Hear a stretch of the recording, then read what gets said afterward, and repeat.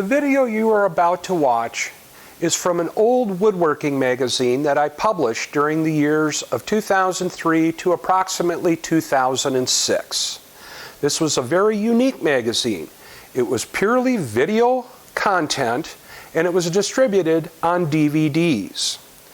The magazine ran for approximately 3.5 years, and then due to financial concerns, we simply had to terminate the magazine. We moved on to other things over the last roughly 15 years. However, there has been a request to resurrect this content, so I've gone through the trouble to get the equipment, the products, everything I needed in order to bring this content back to life to share with everyone. Here on this YouTube channel, we'll be putting up approximately 100 to 120 of the original stories that appeared in that magazine.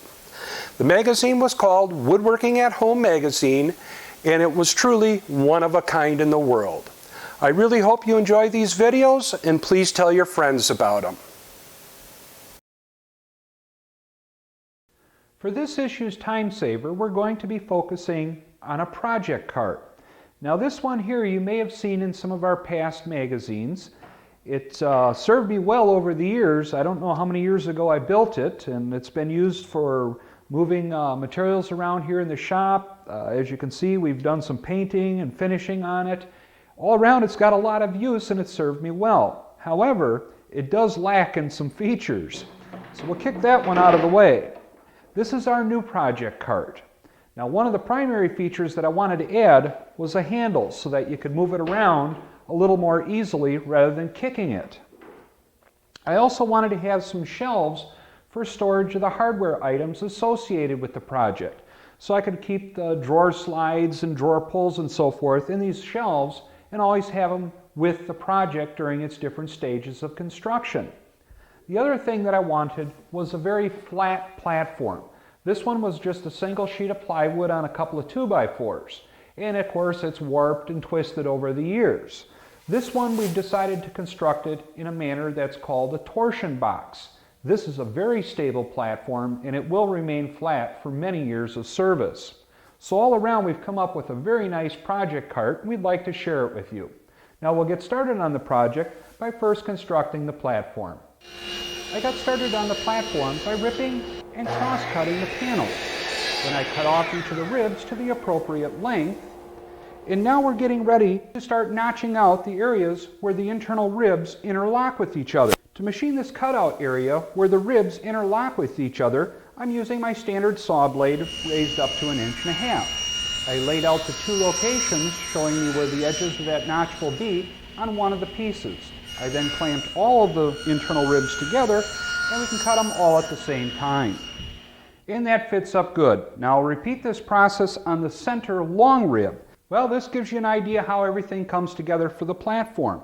Now the primary thing that we're going to use to hold everything together is good old-fashioned glue. Now I'll start by applying glue at each of these interlocking joints, then across each of the faces, and then we'll tack everything together with brads and clamp it up good and flat. And the perimeter boards will get held on with glue and brads. And then what I've been doing is working on the outside corner, getting them lined up nice and flush, tacking the 2 corners together with 1.5-inch brads.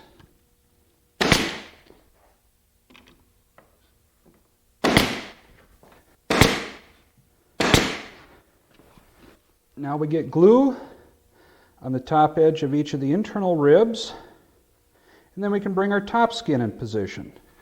Now when you set this in place, do your best to drop it right where you want it to end up being. You don't want to slide it around if possible. Now I'll tack this in position with a couple of 1.5-inch brads, and that will prevent it from sliding around. And we'll just keep adding clamps and cawls until we get everything clamped down good and flat against our workbench surface. And that should about do it. Now I'll go ahead and clean up some of the glue squeeze out and we'll let this sit in the clamps for about an hour or 2. With the glue dry on the platform now, we can go ahead and install the casters. And the first step in that is to install these mounting plates, which are just nothing more than 5-inch square by 3/4 inch thick birch plywood. They get glued to the bottom, and their purpose is to help distribute some of the load over a little larger area and to give us some better holding power for the lag bolts.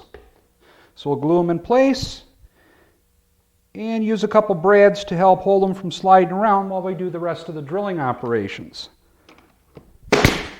Then to mount the casters, I'll just center it up on our 5-inch mounting block and mark the locations of the holes.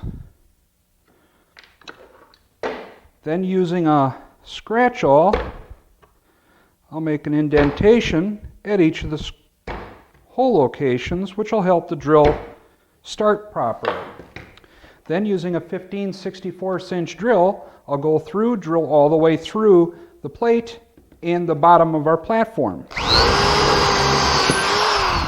Then using 1.5" long by 5/16" lag bolts with a flat washer, 4 of them per caster, tighten them up snugly, but don't over tighten them. It's very easy to strip out the wooden threads that we're creating. Now you'll notice that all 4 of my casters are of the swivel type, and that can be rather unruly when you're trying to drive the thing. So what I would suggest is if you want it to be highly mobile, use 4 swivel casters. If you want moderate steering, like that of a shopping cart, at your back end put 2 fixed casters, and at the front end put swivel casters.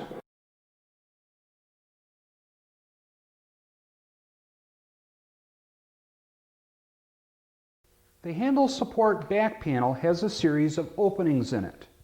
Now you can lay out those locations and cut them with a jigsaw, but generally you get a lot of tear out and so forth. So what I like to use is my router with one of these straight edge guides.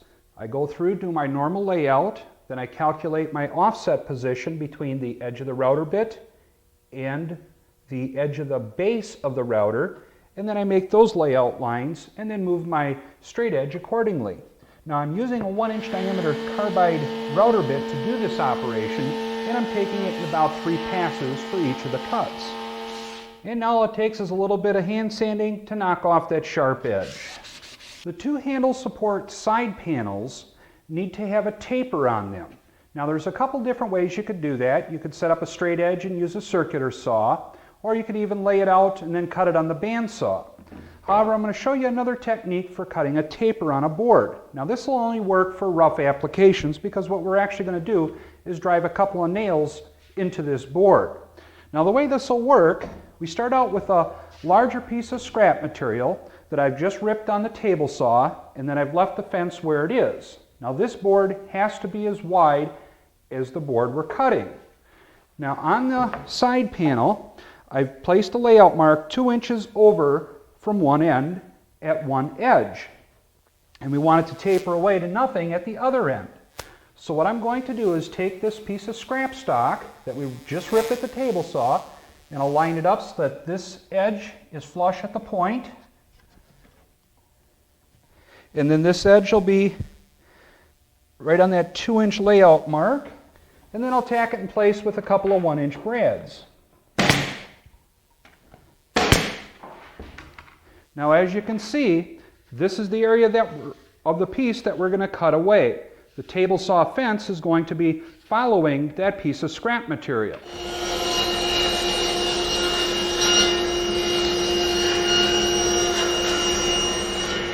We're going to be needing 2 handle mount plates. Now all that really needs to be done on them is to be ripped a little bit wide, because we'll trim those to shape later, cut to a length of 5.5 inches. We'll drill the hole 1.25" diameter, centrally located left to right and 2 inches down from the top. To drill the hole, I've installed an 1.25" Forstner bit in my drill press, clamped the workpiece on top of a backer board, and now we can drill that hole.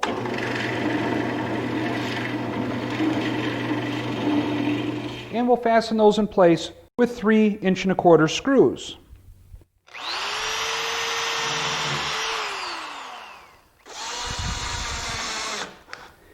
And that ought to about do it for laying out the radius, so we can cut that out over the bandsaw.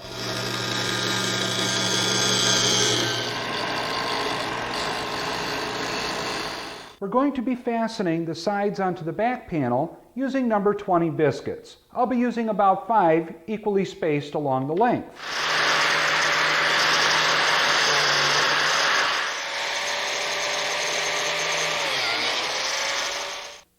Now we'll go ahead and install one of the sides. The other side we're going to leave off until we get the shelves installed. And we'll just bring the two pieces together, lining up the bottom edge good and flush.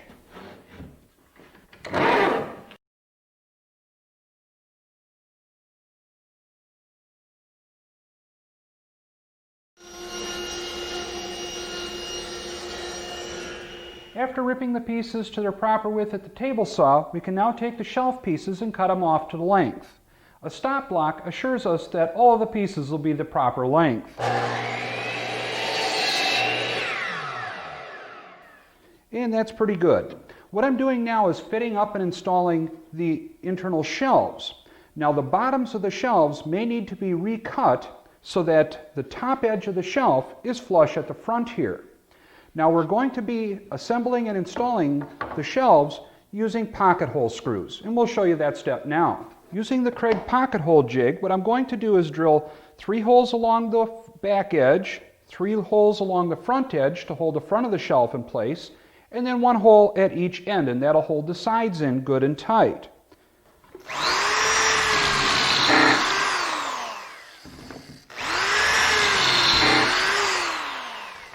Now apply glue along the edge of our bottom that joins up with the front. Carefully line it up flush at both ends and along the bottom edge. Then with everything temporarily clamped in position, we can tighten up these 3 screws. Now we can carefully bring it in position. And if needed, you can throw a couple clamps on there to hold it in place until we tighten up the pocket hole screws. And you'll notice that the bottom of the shelf is flush with the top of the lower opening. And that's just about right. What I'm doing now is getting ready to install the bottom shelf front. Now to do that, I know that the thickness of my platform is 4.5 inches. So I've done a layout line 4.5 inches up from the bottom. And I temporarily clamped the other side in place as well, did the same at that end.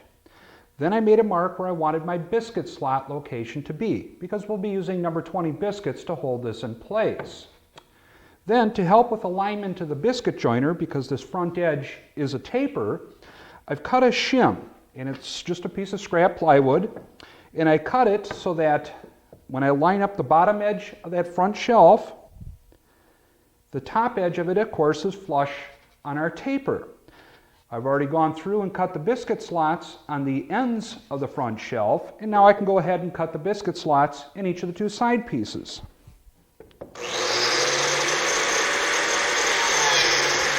And now we can go ahead and glue the remaining pieces in place.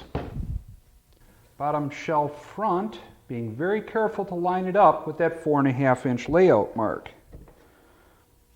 Because if that's not right, our whole handle support's going to be sitting on there at an angle. Then with it clamped up good and tight, we can drive in the 3 remaining pocket hole screws into the side we just installed. To cut the 1.25 inch dowel rod off to length, I used the bandsaw. Then I removed 1 plate. Now we can sneak in the 2 pieces and get it all back together again.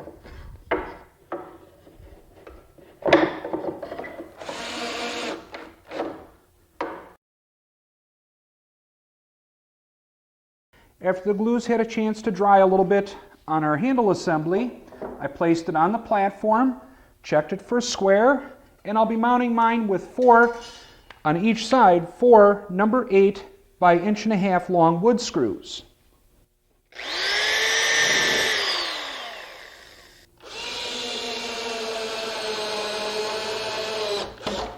Now if you want a more permanent joint in this area, you can certainly glue the handle support assembly to the platform along with the screws.